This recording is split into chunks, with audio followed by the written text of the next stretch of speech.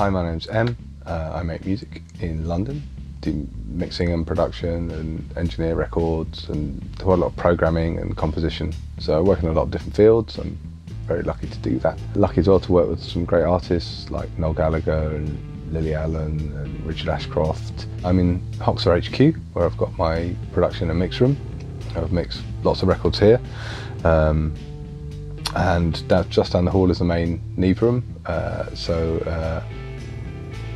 I work between the rooms quite often. So in this room, or if we have a bigger session, I need to record a band or a different kind of drum sound, I'll try and get that room with very different monitoring as well. While I do a lot of projects from start to finish in this room, often I'll start in another studio and then bring the results back here to produce and mix, or to refine and mix. So we'll say for the Black Honey album, I took the band to Livingston and we tracked drums and bass there, then brought the rest back here and did guitar overdubs here and in other places as well. And someone like Noel, we started in the pool and then came back to Hoxha HQ main room and then finished and mixed here. So this happens quite often.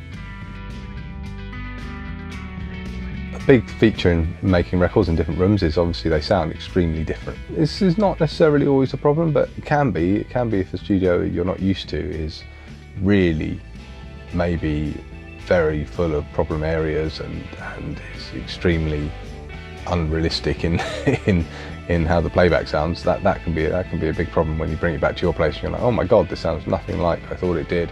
I'm very lucky in my mix room in that my sweet spot for me is pretty much perfect. So when I go somewhere else, I'm immediately alerted to how different it sounds or what happens. And if I go to a place with a console, that's always a problem. For the individual user, the room correction is actually incredibly good. I was quite surprised.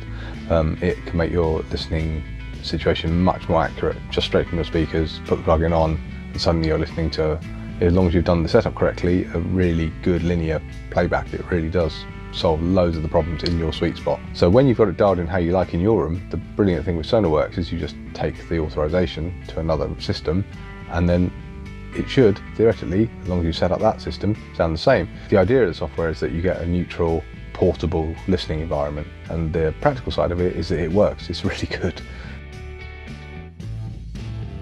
In my room, where I'm very happy with the monitoring anyway, I mainly use it for the headphones, which are outstanding. The headphone correction is amazing. I'll mix on planes and trains and in the back of buses sometimes and in hotel rooms, and this gives me like a really good reference with various sets of headphones I happen to take on the road.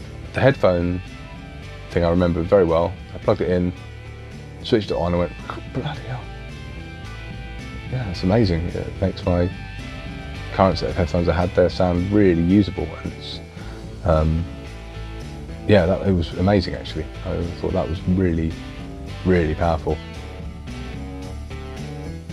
Sonarworks is amazing for removing that kind of unknown from rooms. It can really level them out and make them usable. It's a very well delivered package, I think, for the user who doesn't want to think about room correction, because I don't. Well, it's not something I'm interested in at all. But if something makes it better with a click and then hide, amazing.